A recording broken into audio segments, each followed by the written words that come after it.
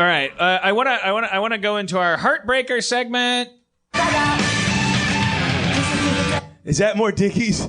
It's still Dickies. So it's just the same thing, but we advanced. Do you want different music? Because we have No, that's good. That's good. We have to use up my music before we have to change everything. This is a heartbreaker that I want to do. Our old friend, our friend of the show, Zeke Donelly, who I tweeted. He was here one night. He had a massive eruption of bullshit in his brain. When was this? I think that's the medical term. It wasn't an aneurysm. We'll let him describe it for a second. But actually, I think if I just peel through the explanation, bog trotters. He came back. Now I'm stuttering while I'm describing it. He came back into the green room, and his stutter was like because it had hit his verbal center. And I thought about bringing him up that night, but I'm telling you, it was just like too. It was like too frustrating for him to talk. We've been tracking this guy's adventures since we met him, and then there was that night. And I tweeted like, "Oh my God, this thing happened, and he's pretty fucked up. But he's here tonight, and he's going to see his mom for Christmas. Siike, are you here? Can you come up? Siike Donelly.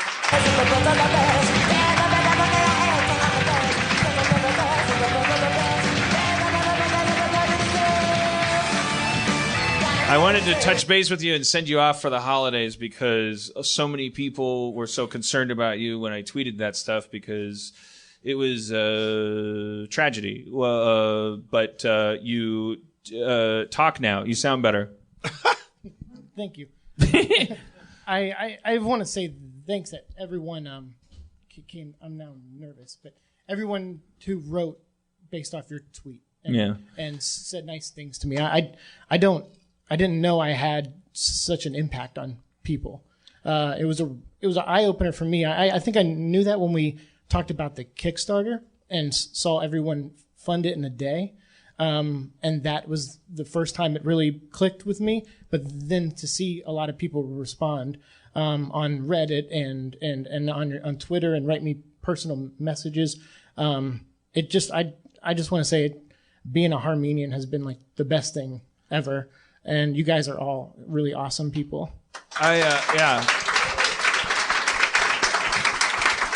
There's a crazy thing that you said to me in the green room because the first time we met you, the first conversation we had with you on stage, we talked about the tragedy, which I remember like Erin was like crying because like she heard it for the first time on stage. That when you had your to catch you up, Iron Man 3, Zeke, for whatever reason, he's a medical phenomenon, has had multiple aneurysms and has survived them, but has no guarantee that he won't continue to have them, and has gone through experimental treatment at the hands of these people. And then there was an episode where Zeke said to us that he told these people who had been experimentally treating his aneurysms, which had some results, but that ultimately, there was a point where you said, for better or for worse, I am ending this chapter. I'm going forward into a world without this particular treatment where they put these coils in stuff like that. And then you went off, and we were like, okay, Godspeed. What's going to happen now? Because as you said, like as you were off the treatment, like your memories were starting to happen and your visual centers were starting to light up. This tragedy that happened to you recently was actually one of these coils blew. Yeah, no, one of the coils, which is rare that this would happen, slid out and punctured another piece of my brain. And it was a Sunday night, and I remember waking up screaming, and was taken to the ER, and they weren't my normal doctor, so they did a CT scan, MRI. They didn't find anything, but I knew something was wrong, so I kept screaming about pain. And then I left to go do a comic book signing in Arizona while in pain. The show must go on. But yeah, pretty much, because they kept telling me nothing was wrong. And sometimes I have things that are psychological. So I'll go, okay, maybe this is one of those things. I'm not in pain. And then I came back the next day from Arizona and couldn't talk almost at all. And then I felt trapped because that happened to me when the first aneurysm ruptured. and I've had 9 since, and luckily none ruptured. So the coil slid out of the 9th one, and it punctured a piece of my brain, and my brain bled for 5 days until I went back to the doctor and saw my doctor a second time, and they found the problem. But at that point, it was too late. The damage was done. The bleeding stopped, but on its own, luckily, because it wasn't a lot, but just enough to build break a levee or something. But the good news is that I mean, when you came into the green room that night to do an impression of it, like because it sounds like it was like you were going. Like you couldn't say a single word without 8 and it was stutters. Frustrating for me. It must be like being trapped in a coffin. Yeah, it was. It was to me it was awful. I feel weird complaining about it because when I go to the hospital to deal with these things, I meet people who are way worse, and I'm part of aneurysm groups where people are way worse. So I try to let that keep me grounded of how much I complain about it, you know? But listening to you is so much perspective. We take so much for granted. I was complaining about people telling me on Twitter to stick to my jokes. And then that's fine though. That's all real. I was like, this is the worst problem anyone's ever had. That was me. No. Yeah.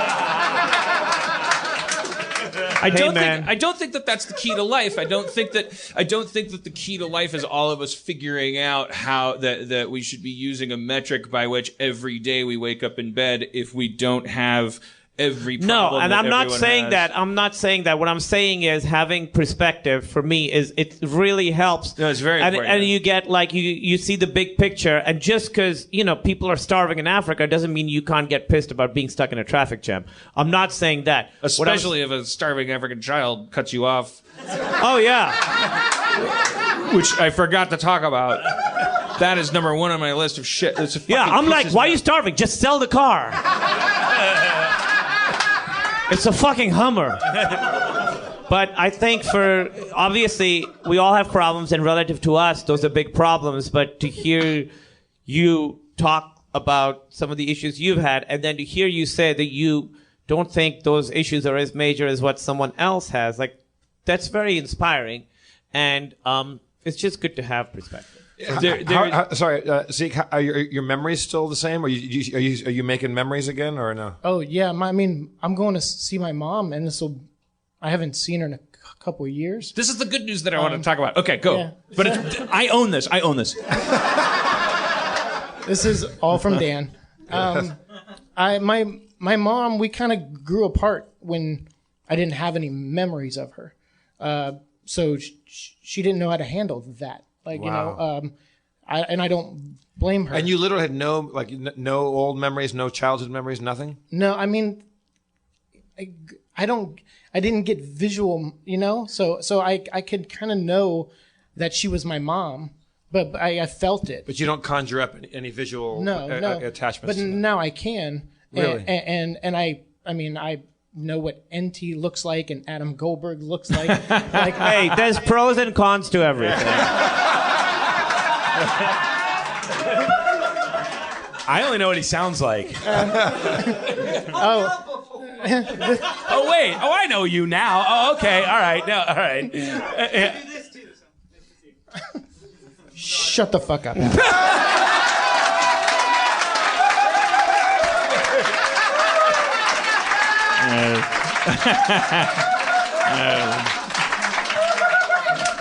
Goldberg had an achievement unlocked thing show up.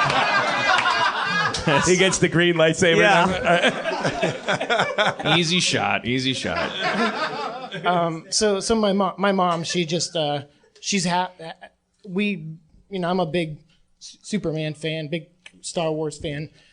So my mom is we had this connection recently where she said, I said, Mom, I remember you and I used to drive her, like whenever she had extra money on we grew up poor, like we're both still poor, my mom and I, and she was like, do you remember driving around looking for Star Wars figures, like to different toy stores, and trying to find like the R2D2 that like was the rare figure in the set, or the Slave Leia variant or whatever, and so we recently have been buying Star Wars figures together, like me on the east here West Coast and her on the East Coast, and it kind of rebuilt this like connection with us, and so she'll send me pictures of the stuff she's buying, which are waiting for me when I go home, and I've been Instagramming them, like, look at the toy my mom found me, and it kind of gave my Instagram a purpose besides like pictures of my dog. So it's been kind of nice, and so now I have almost every memory of her, I think.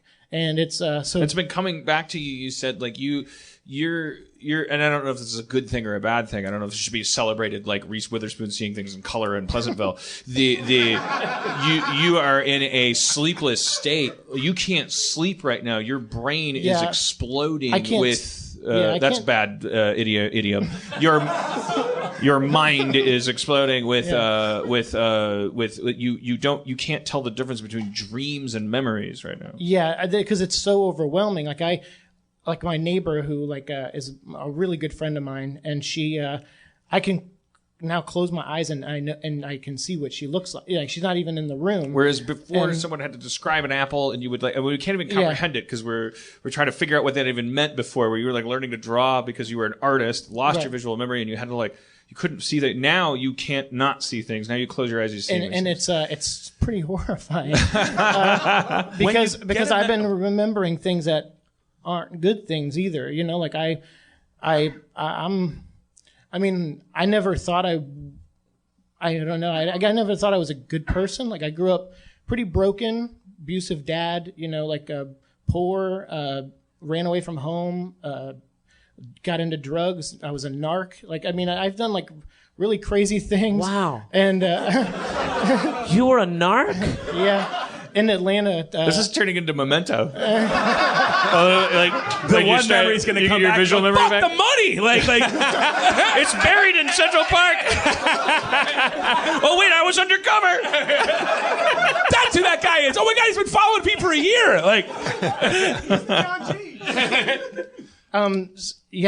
But I remember when you forget your life, it's easy to reset and be a good person, because I feel like deep down we all want to be good people, and so it was easy for me. But now it's people don't, I don't go out as much anymore. I stay recluse in my apartment because I'm afraid, because I start remembering all these things that I'm like, well, will that guy ever come back? Or now that I know, or am I smart enough now? I've done enough good now. I've given more than I've taken. Am I okay? Am I in the clear? So I've been struggling a lot lately, and it's brought me in and out of depression, and brought me, a lot of places emotionally I couldn't go before because I had emotional problems. So now, as far as, knowing when to be sad and when the right time to be sad, I had issues with that. Now I know when to cry. I know when to be upset. And so to know that, and to know the good and bad things you've done in your life, and to know that there are people out there that have kept those things private, it's a lot to digest. So, do you think that people should always be transparent about every scrap of darkness inside of them, or do you think it's important for us to hold on to the things, protect them, guard them, have shameful things that we? I don't know. That's a good question. I think it's case by case. I think for me, I probably won't share some of those things, but I will try to make amends with someone who I think I've wronged on a personal level, and secretly with them, and just hope that's enough. And I will, I think it's just case by case. Me, I've lived these past 5 years. I'll be 33 in May next year, so it'll be essentially my 5th birthday, and of this new life. And I want to keep going with this new life. I want to look at the mistakes I've made, and I think that's everyone who's made a mistake. They can you look at it, you dissect it. Every morning you wake up, you have like this new chance. It's kind of like not to crassly like force that weld to all this stuff that we were talking about with the online culture, but it's like you do have an opportunity every morning you wake up to kind of change. You could just go, you know what? I may not be reacting with like regular shit. I thought what I thought was my neutral gear actually is like a weird gear that was like handed to me by somebody above me. Or my past, and actually there is a true neutral, and you can just achieve it. I'm not a doctor, but I doubt that you'll be overtaken in your wildest dreams. That would happen. I think we would love to have evil Siike back. Come back and tell us how women shouldn't vote. I remember now.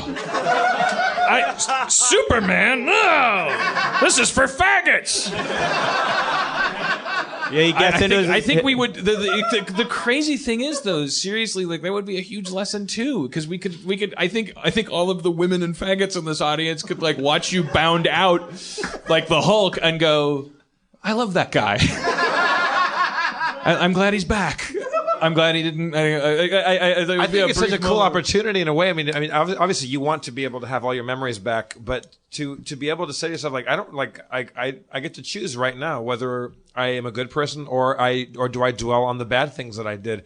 And we should all wake up tomorrow morning and say, fuck all the bad shit I did. Let's just start being good from here forward. Yeah. And absolutely just hit Control Alternate Delete and reset everything. Yeah, and walk forward and don't feel ashamed of all the things that you've done. I mean, certainly you want to go back and make amends for wrongs you've done people. Sure. But I think you'd find that that's probably a very small part of you. Like, well, and you'll also find that people are forgiving.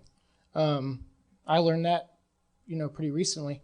And I think I wake up every morning with the question of because like I said, I'm part of aneurysm groups. I meet other people. I go to hospitals and was at one point part of a monthly group that we met. And I see that I'm doing much better than a lot of people. There are people doing better than me too. But so I wake up every day going, what can I do that they can't, but should be done? What can I do for them to help spread a message or help do something good, light a fire under somebody who needs inspiration, how can I give?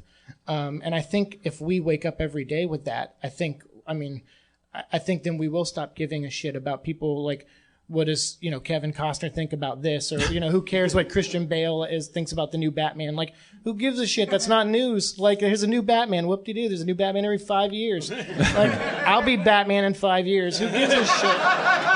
But also the fact that you just spoke for a couple minutes without stuttering a single time and just recently you couldn't talk. It's amazing. And that's the miracle of our podcast. And you at home, if you're watching, we need your money. Unless you want Zeke and other people to continue to suffer, sign the back of your Social Security check and mail it into Harmontown. I have a question. Sorry, go ahead. No, go ahead, please. I was going to ask you how. I don't know how brains work. How is Me neither.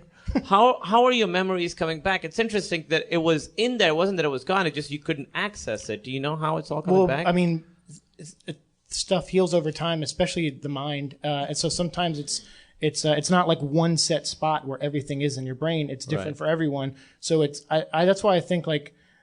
I don't know. I admit this is. I don't want to get too out there with this, but I look at a very good blend of the supernatural and the scientific. I feel like I'm surrounded by that a lot because I feel like I've dodged more bullets than I would have if I was a god in charge. I would have given me to dodge. So just to be clear, would you mean like when the tissue is damaged, the memories that tissue was responsible for go offline? But when the tissue heals, then those memories like reappear in the hard drive. No, not in every case. Okay. But in some cases, mine, it seems where it was damaged, it was just the link going to memories was the damage part. So now when things kind of rewire around the damage, things start coming together. It's so amazing that a memory is not a real thing. It's these ideas just are stored somewhere in this lump of toothpaste we have in our head. That's some of the I mean, I'm not allowed to talk about most of it, but some of the research stuff I've been part of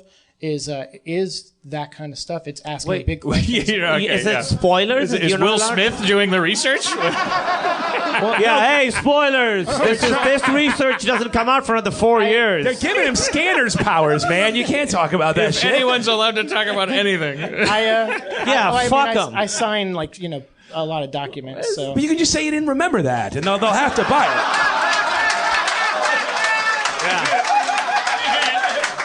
They're gonna sue you? You have the best. Oh yeah, you can be like that was evil Zeke signed that. Yeah. We are. I want to get my wife and my dungeon master out here pretty quickly. But Zeke, what is there anything else you want to say before you go out for the holidays? Yeah, I know my boss would love me to plug something, but instead I'd rather everyone here just do something nice for somebody for the holidays. Give to Feral Audio if you can donate. Give to Brain Aneurysm Foundation or the Joe Necro Foundation. Give it to the Brain Aneurysm. We're okay at Feral. Thank you, but we're fine. Give it to something that really needs it. Just do something selfless. That's all I ask. Dustin's giving you the finger right now, Joe. Well, people have brain problems, Dustin. So I'm joking. He wasn't doing that. I'm sure he agrees with you. Now he is. I'm sure he agrees with you. Well, thank you for having me. Thank you, Zeke Donelly. Merry Christmas. Happy holidays. Tell your mom we said hi.